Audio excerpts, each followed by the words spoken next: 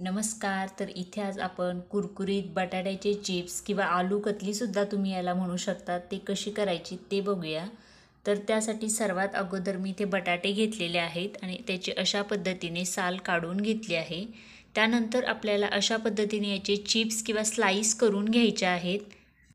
आता या स्लाईस आपल्याला खूप जास्त जाड किंवा खूप जास्त पातळ करायच्या नाही. अशा पद्धतीने या स्लाईस आपल्या झाल्या पाहिजे. त्यानंतर हे बटाट्याचे चिप्स किंवा ज्या स्लाईस आहेत त्या आपल्याला पाण्याने स्वच्छ धुवून घ्यायचे आहे आणि चाळणीवरती निथळायला ठेवायचे आहेत.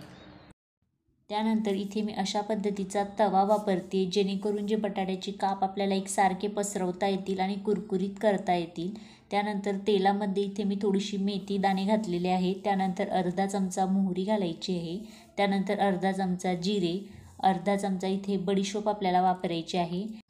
आता या फोडणीमध्ये आपण जे बटाट्याचे स्लाईस करून ठेवले होते निथळायला, हे यामध्ये टाकून घेऊया.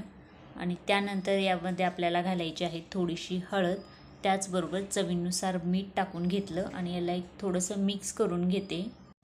आणि या ज्या स्लाईस आहे बटाट्याच्या, ह्या आपल्याला अशा पद्धतीने एकदम सुटसुटीत पसरवून घ्यायच्या आहे. आणि त्यानंतर अशा पद्धतीने झाकण ठेवून आपल्याला एक 5 मिनटं ही शिजवून घ्यायचं आहे. आणि एक 5 मिनटानंतर आपले बटाट्याचे जे काप आहेत ते शिजले गेलेले आहेत. यावरती थोडेसे चिली फ्लेक्स घालूया. आणि त्यानंतर सर्वात महत्त्वाचा इन्ग्रेडियंट्स तो म्हणजे तांदळाचं पीठ वापरायचं आहे 1 चमचा. या पिठामुळे आपले जे आलू कतली आहे ती एकदम कुरकुरीत बनायला मदत होते. आणि नंतर इथे मी लाल तिखटसुद्धा वापरते आहे थोडंसं रंगासाठी. आणि याला मिक्स करून अशा पद्धतीने एक 5 ते 7 मिनटं परतत कुरकुरीत करून घ्यायचं आहे. आणि अशा पद्धतीने आपली आलू कतली बनवून तयार झालेली आहे. व्हिडिओ आवडल्यास व्हिडिओला लाईक करा, चॅनलला सबस्क्राईब